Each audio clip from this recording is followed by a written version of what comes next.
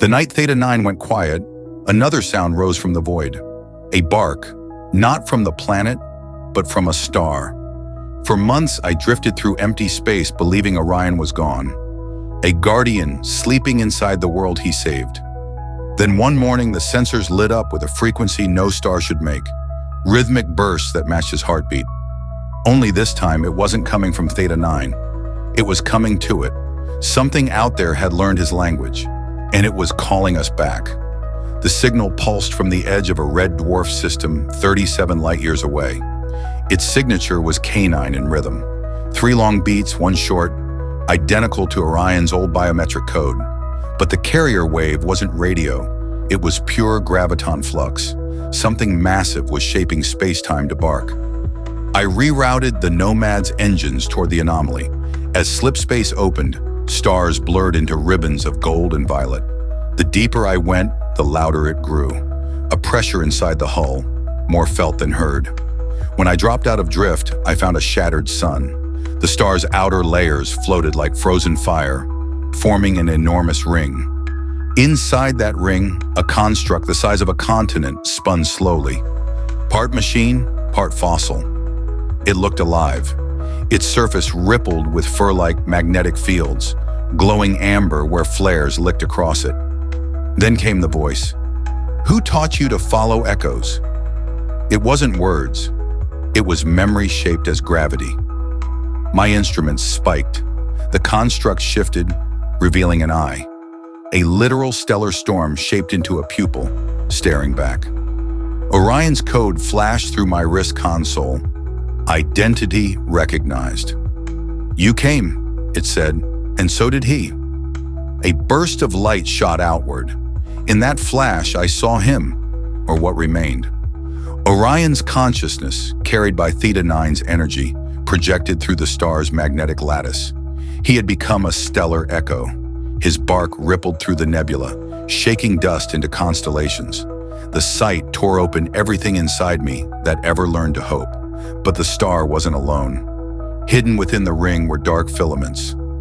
Ships, human-built, decades old, scavenger rigs harvesting stellar energy, and they'd found Orion's new body before I did.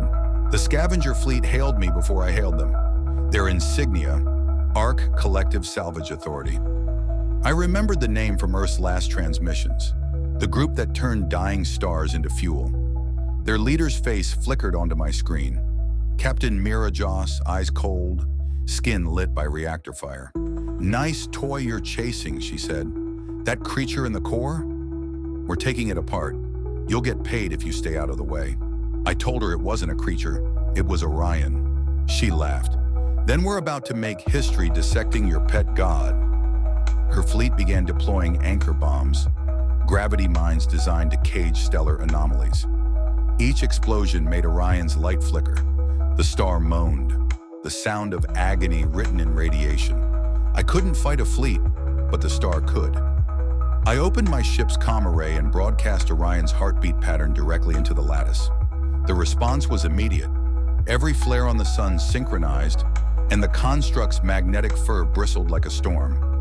A shockwave erupted, tossing my ship into debris. Through the chaos, I saw Orion rise, a figure of light and fire, canine form made from plasma and will. He howled once, and the mines detonated prematurely, erasing half the fleet. The rest scattered. Mira's voice cracked through static. You've doomed yourself. That thing's destabilizing the star. She was right. The core temperature spiked, magnetic lines coiled tighter, ready to snap. I stabilized my ship's orbit and shouted into the comm, Orion, stop! You'll collapse! The glow dimmed. His voice pulsed through my hull. They would have silenced the dream. Then dream slower, I begged. For a heartbeat, the light stilled. The calm before everything unmade itself. The star imploded, not into a black hole, but into a tunnel of pure light. My instruments called it impossible. My heart called it familiar.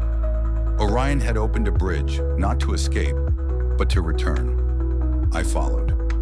Inside the corridor, gravity folded around memory. Every moment I'd ever spent with him replayed in strobing fragments. Titan's beaches, Theta 9 storms, the last touch before he became light. Why bring me back? I asked the void. Because you're still listening, it answered in his voice. When the tunnel ended, I was back over Theta 9. The planet glowed brighter than ever, encircled by a faint halo, the remnants of Orion's stellar essence. In the sky, new constellations formed, paw-shaped stars marking his path across space. The nomad landed gently.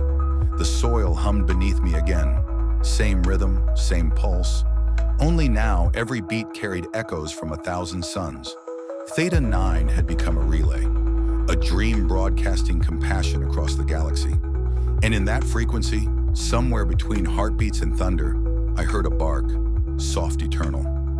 I smiled. Welcome home, old friend. He crossed a galaxy just to be heard again. If you felt that echo, like, share, and subscribe for episode 4, When Planets Learn to Love. Because somewhere out there, another bark is waiting to be answered.